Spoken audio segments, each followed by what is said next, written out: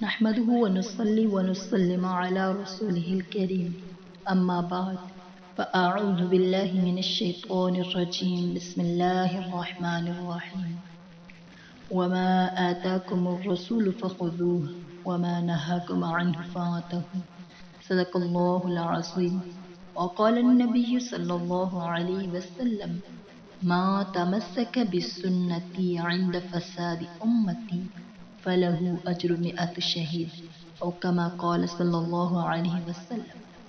شاعر کیا خوب کہتا ہے، اگر اپنے عمل میں ہم سجا لیں ان کی سنت کو، نبی پاک صلی اللہ علیہ وسلم کی سنت کو، تو یہ تپتا ہوا صحرا گلو گلزار ہو جائے۔ الہی اس قدر تاثیر دے دے فکر مسلم کو کہ رخ اپنا بدلنے کے لیے تیار ہو جائے۔ السلام علیکم ورحمۃ اللہ وبرکاتہ۔ آج مجھے جس موضوع پر لب کشائی کرنے کا موقع ملا ہے وہ ہے سنت رسول صلی اللہ علیہ وسلم کے مبارک عنوان سے معنون ہے۔ سرکار دو عالم صلی اللہ علیہ وسلم کا ارشاد ہے، میں تمہارے پاس 2 چیزیں چھوڑ کر جا رہا ہوں، جب تک تم ان دونوں کو مضبوطی سے تھامے رہو گے کبھی گمراہ نہیں ہوں گے۔ ایک اللہ کی کتاب اور دوسری میری سنت ہے۔ چنانچہ اس وقت مسلم دنیا اپنے محسن اور رحمت للعالمین صلی اللہ علیہ وسلم کے اس مبارک اور مقدس فرمان کو یکسر فراموش کر چکی ہے، جس کے نتیجے میں امت مسلمہ بدعت اور ضلالت کے شکنجے میں جکڑے ہوئے ہیں۔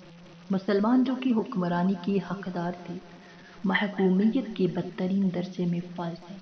ترک سنت کی نحوست کی بدولت مسلم ممالک باہم دست و گریبان ہیں، اندرونی اور بیرونی سازشوں کا ملجا اور مأویٰ ہے، مہنگائی قحط سالی کا شکار ہے۔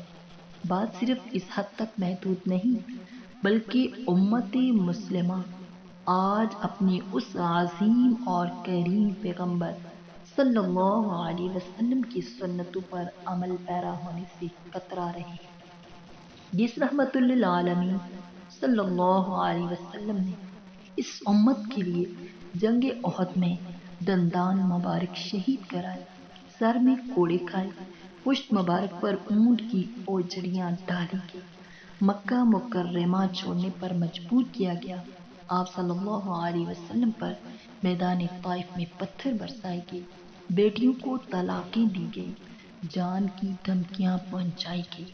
یہ وہی رحمت للعالمین صلی اللہ علیہ وسلم ہے جو دنیا میں آئے تو امتی امتی کہتے ہوئے اور اس دنیا سے تشریف لے گئے تو بھی امتی امتی کہتے ہوئے آئے، لیکن افسوس آج وہی امتی ان کی سنتوں کا تمسخر اڑا رہا ہے، سنت نبی صلی اللہ علیہ وسلم کو پرانی بات کہہ کر ٹال رہا ہے، ترقی کے راہ میں رکاوٹ ڈال کر پسے پشت ڈال رہا ہے، العیاذ باللہ۔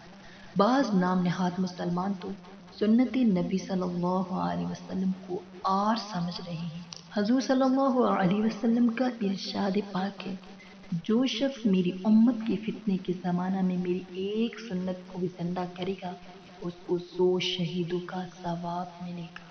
آئیے اب ذرا میں آپ کو صحابہ کرام رضوان اللہ تعالی علیہم اجمعین کا اپنے آقا و مولا صلی اللہ علیہ وسلم کی سنتوں سے عشق و محبت کا ایک نظارہ کرانا چاہتی ہوں۔ حضرت حذیفہ بن یمان رضی اللہ تعالیٰ عنہ کو دیکھ لیجیے، جب وہ مذاکرات کی دعوت پر وقت کے نام نہاد سپر پاور کسریٰ کے دربار میں گئے تو کسریٰ کے اراکین نے ضیافت کا اہتمام کیا اور دسترخوان سجا دیا گیا۔ حضرت حذیفہ بن یمان رضی اللہ تعالیٰ عنہ کے کھانے کے دوران ان کے ہاتھ سے ایک نوالہ نیچے گر گیا۔ حضرت صلی اللہ علیہ وسلم کی سنت اور تعلیم یہ ہے، اگر نوالہ گر جائے تو اس کو ضائع نہ کرو، اگر اس میں مٹی لگ گئی ہے تو اس کو صاف کر کے کھا لو۔ حضرت حذیفہ بن یمان رضی اللہ تعالی عنہ نے نوالہ اٹھانے کے لیے ہاتھ نیچے بڑھایا تو ان کے قریب بیٹھے صاحب نے کوہنی مار کر اشارہ کیا، یہ کیا کر رہے ہو؟ یہ دنیا کے سپر پاور کسریٰ کا دربار ہے، یہاں گرے ہوئے نوالے کو اٹھا کر کھانا معیوب سمجھا جاتا ہے۔ اس محفل میں اگر یہ نوالہ اٹھا کر کھاؤ گے تو ان لوگوں کے ذہن میں تمہاری وقاحت نہیں رہے گی، صرف آج کے دن یہ سنت چھوڑ دو۔ یہ بات سن کر حضرت حذیفہ بن یمان رضی اللہ تعالی عنہ نے ایک نظر چاروں طرف بیٹھے ہوئے اراکین حکومت پر ڈالی اور بول پڑے، اترک سنت رسول اللہ صلی اللہ علیہ وسلم لہؤلاء الحمقاء، ارے کیا میں ان احمقوں کی وجہ سے اپنے پیارے حبیب صلی اللہ علیہ وسلم کی سنت چھوڑ دوں؟ یہ نہیں ہو سکتا۔ گردنیں کٹوا سکتا ہوں، بیویاں بیوہ کرا سکتا ہوں، بچے یتیم کرا سکتا ہوں، لیکن پیارے نبی صلی اللہ علیہ وسلم کی سنتوں کو نہیں چھوڑ سکتا۔ اللہ اکبر کبیرہ۔ کسی نے کیا خوب فرمایا، مومن جو فدا نقش قدم پاک نبی صلی اللہ علیہ وسلم ہو زیر قدم آج بھی عالم کا خزینہ، گر سنت نبی کی کرے پیروی امت، طوفان سے نکل جائے گا پھر اس کا سفینہ۔ وما علینا الا البلاغ المبین۔ آمین ثم آمین۔